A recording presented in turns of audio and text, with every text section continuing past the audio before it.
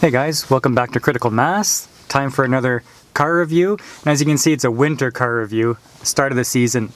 That little video at the beginning was what I woke up to. I don't know the last time we did 3 movie reviews in 1 week. It seems to be a pretty heavy week.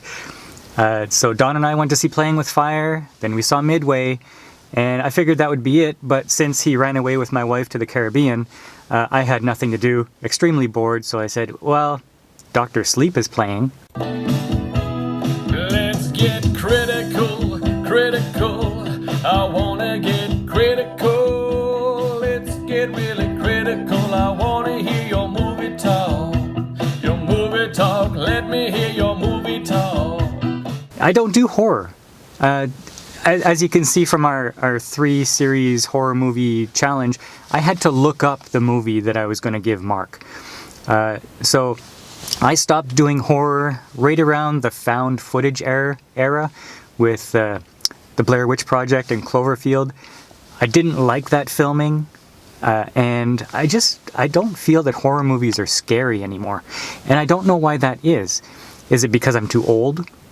Is it because I've seen everything and so nothing surprises me anymore? Or is it because films are just poorly made and the storytelling is awful and not scary? I don't know which one it is. But I said, well, this is Dr. Sleep related to The Shining. And so in 1977, Stephen King wrote The Shining. That book messed me up when I was a kid. And then Kubrick came out with his adaptation of the novel in 1980. And I'll tell you, that movie messed me up for years after that. That was a scary movie. Now, if I rewatched it today, would it be scary? I don't know. But back then, it was super scary. Stephen King then wrote a sequel to his novel, The Shining, called Dr. Sleep, came out in 2013.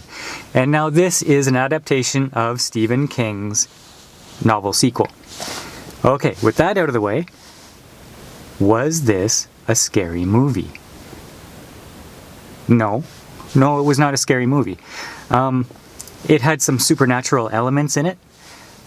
So I guess you could call it a supernatural thriller, drama thriller, a Sudra thrill. I don't know what you want to call it, but it wasn't a horror movie as far as I'm concerned. It was not scary. No jump scares. I guess that could be a positive, but you know, something scary would have been nice in what they're calling a horror movie. So in the end, should you see it? Yeah, I think you should see it. This is a really good movie. Sure, it's not scary. Maybe some people who are, I don't know, have a little less endurance for horror movies, maybe they'll get a few frights out of it. But I think the average person will watch it and just enjoy it for the acting, the storytelling, the visuals. They borrow a lot from Stanley Kubrick's flair. When he did The Shining, he had a lot of style to it, and they try to harken back to that, and that was great. The acting was superb. Ewan McGregor in this dramatic role was excellent. I loved watching him, and as far as I'm concerned, the breakout star from this is, I have to look down to see her name, it's Kylie Curran. And as far as I know, she's only been in one other film, but she was really good in this. And I don't like child star. I don't like movies with children in them. I just can't get into it. But she did really well. So yeah, the acting, the visuals, the story, it's going to give you a lot of entertainment for your dollar. I really, really like this movie. Is it a perfect movie? No, I think there are a few significant drawbacks. First, what you're in for is like a vampire movie, a vampire drama. And so the villains are the vampires. And if you know anything about The Shining, it's this ability they have to, I don't know, read people's minds or know what's going to happen before they happen, something like that.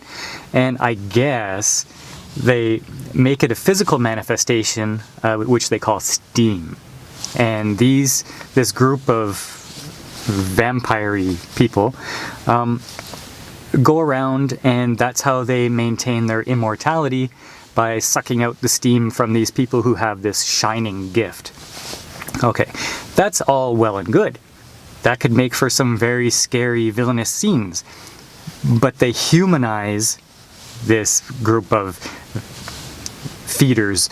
And once you realize that, well, wait a second, they're just doing what they can to survive, then it's not so scary because you understand why they're doing the things that they're doing.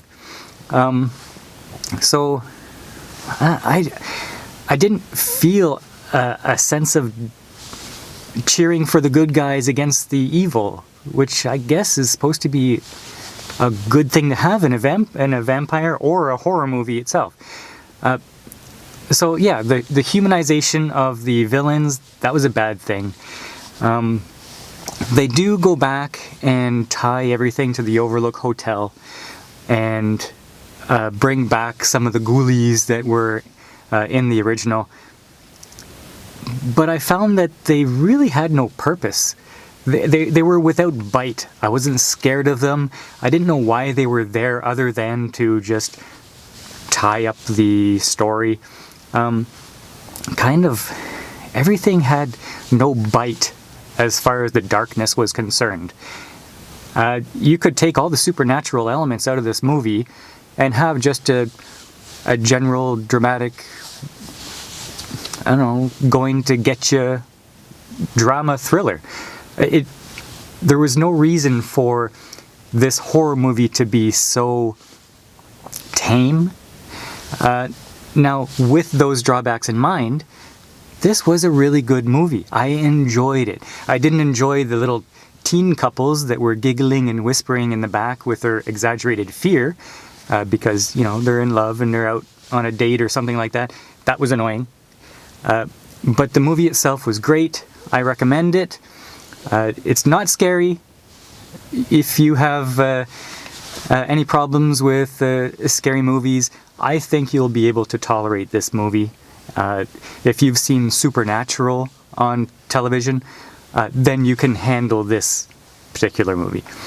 So, if I were to grade this, I'd grade it as one of the better movies I've seen this year, maybe a 7.5. So, compared to the movies we've seen recently, that's a big improvement. So thank you for joining me for this review. Please like, subscribe, and hit the bell so that you can see when we have another review or another debate or another game night, and you can join us for that.